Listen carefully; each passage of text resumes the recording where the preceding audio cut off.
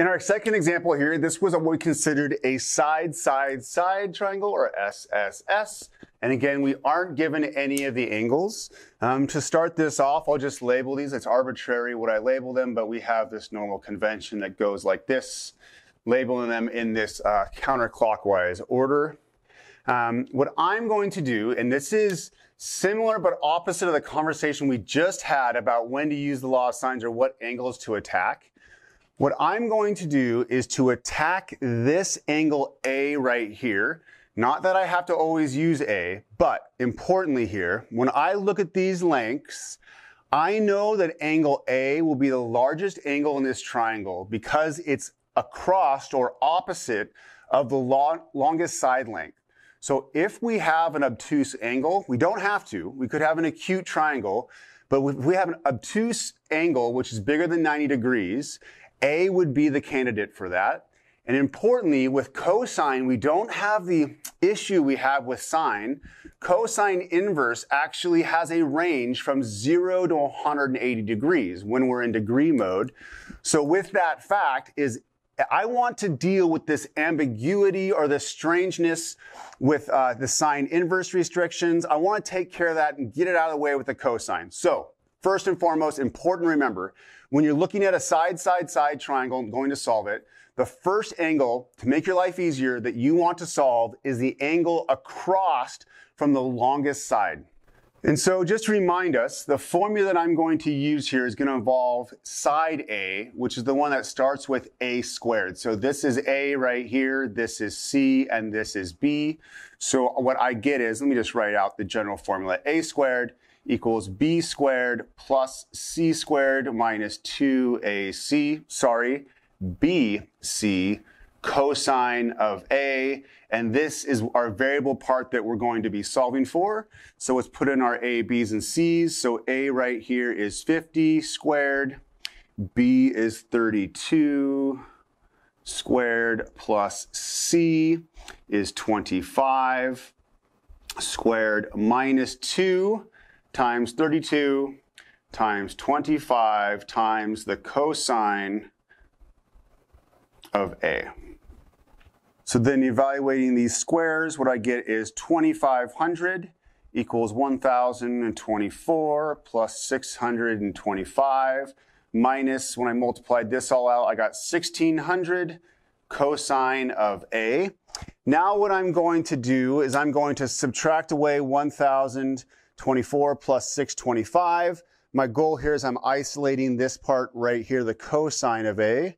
So let's do that next.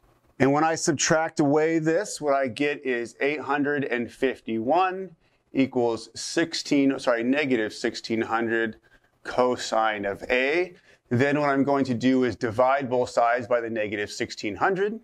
And when I divided that over, what I got is negative 0.531875 equals the cosine of A. So what I'm going to do now is apply the cosine inverse, and I get that A equals the cosine inverse of negative 0.531875. Importantly, just a side note, since this is negative, I actually do know right now, I'll know in a second when I plug in my calculator, but when I plug this negative value in here, what I'm actually going to get out is an obtuse angle for A. So it was really good that I started by solving for A first. But when I plug this into my calculator, I get that A equals 122.1 degrees. So I have A is 122.1 degrees. Now I need to find either B or C. It actually doesn't matter which one I find at this point. I'm going to choose to find angle C first. It doesn't really matter here. So I need to use this known combination. Now for law of sines again, right? I'm looking for where's my foundation? It's this angle and opposite side length. So I have the sine of 122.1 over 50, and that's going to equal the sine of C, and that's divided by the opposite side, which is 25. And so I'll multiply 25 to both sides. I get that the sine of C equals 25 times the sine of 122.1 all over 50. Evaluating this gives me 0.4236. And so if the sine of C equals 0.4236, I know that C then is the sine inverse of 0.4236. And plugging that in my calculator gave me that angle C is 25.1 degrees.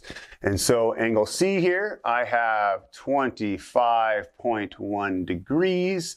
And then to find angle B, what I just need to do is take 180 and subtract 122.1 degrees minus my other one of 25.1 degrees.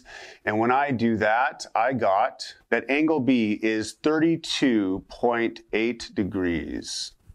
So just a quick recap. The law of cosines is used in situations where law of sines won't work. Law of sines is restricted to cases where I have an angle and its opposite side. If I have both of those, I can use the law of sines, given that I have other pieces of information, obviously.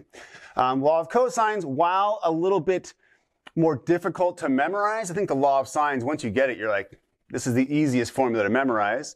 Law of cosines is a little bit more, but remember, it's a lot like the Pythagorean theorem, just with this kind of weird extra term on right here because it's not a right triangle. The cases you're going to need to use this are when you have a side angle side, so two side lengths and the angle in between them. Law of sines won't work there. Or in the case when you are only given the three sides, we can solve that triangle, but we first need to do is the law of cosines.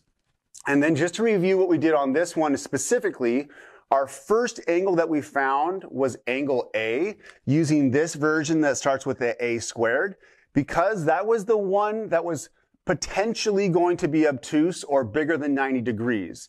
If we can get that one out of the way, then we don't have any awkwardness when we're dealing with the law of sines, which are restricted to outputting acute angles.